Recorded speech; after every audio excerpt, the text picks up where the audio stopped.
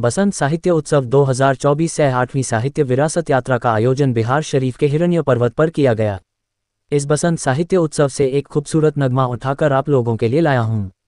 ये हैं कुमारी सोनी, जो नव नालंदा महाविहार की छात्रा हैं। इनकी यह रचना हर मन की आवाज़ है, जिसे सुनते ही अनायास ही जुबां पर मुस्कान बिखर जाती है। ये कविता सच्चाई से परे है, ज़्यादा कुछ लाग लपेट नहीं है, फिर भी दिल में उतरती चली जाती है। आइए सुने the today times news channel पर पहली बार कुमारी सोनी की आवाज़ में ये कविता। क्या कुछ उन्होंने कहा। मैं कुमारी सोनी उर्फ सोनिया अनंत, शोध छात्रा नव नालंदा महाविहार विश्वविद्यालय से। मैं वसंत ऋतु के अवसर पर साहित्य के मंच पे अपनी एक कविता सुनाने जा रही हूँ, जिसका शीर्षक है कर्म और अनुशंसा। कोई सराहता नहीं, कोई सराहता नहीं, फिर भी क्यों गुरुत्व बल के परे दूर आसमानों में तैरता आवारा बादल पृथ्वी की ओर ही झुका रहता है। कोई पुकारता नहीं, फिर भी क्यों यही आवारा बादल बारिश की बूंद बनकर पूरी धरा को अपने ही प्रेम में भिगो डालता है। कोई सुनता नहीं उसका स्वर, फिर भी क्यों नदियाँ करती है मीलों की यात्रा, सतत बहती जाती है कल कल छल छल। कोई विस्मित नहीं होता, फिर भी क्यों जंगल में जुगनुए चमकते हैं झिंगुर की झंझन सुनकर। कौन ही तलाशता है, फिर भी क्यों हवा बहती है अपनी ही बहाव में मदमस्त हो इधर उधर।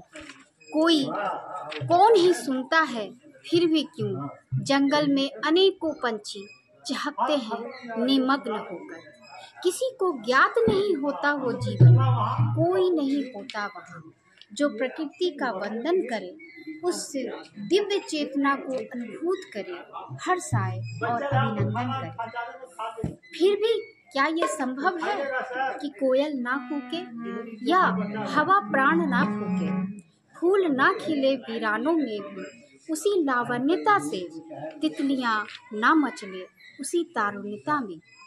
कुछ भी तो थमता नहीं यदि अनुशंसा ना मिले, कुछ भी तो थमता नहीं यदि अनुशंसा ना मिले, कुछ भी तो रुकता नहीं यदि प्रशंसा ना मिले। सतत लगे रहते हैं अपने कर्मों में बिना फल की चिंता के। फिर हम मानव रूप ही ऐसे क्यों हैं जो सदा ही दो मीठे बोल की खोज में लगे रहते हैं। एक भी मदद का हाथ तभी बढ़ाते हैं जब पीछे से 100 हाथ पीठ थपथपाने को नजर आते हैं।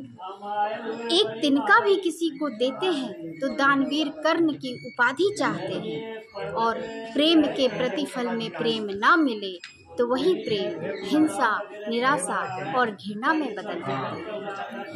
कर्म करना और तृप्त हो जाना, कर्म करना और तृप्त हो जाना, इसी सहजता में ही तो है प्रकृति की वंदना।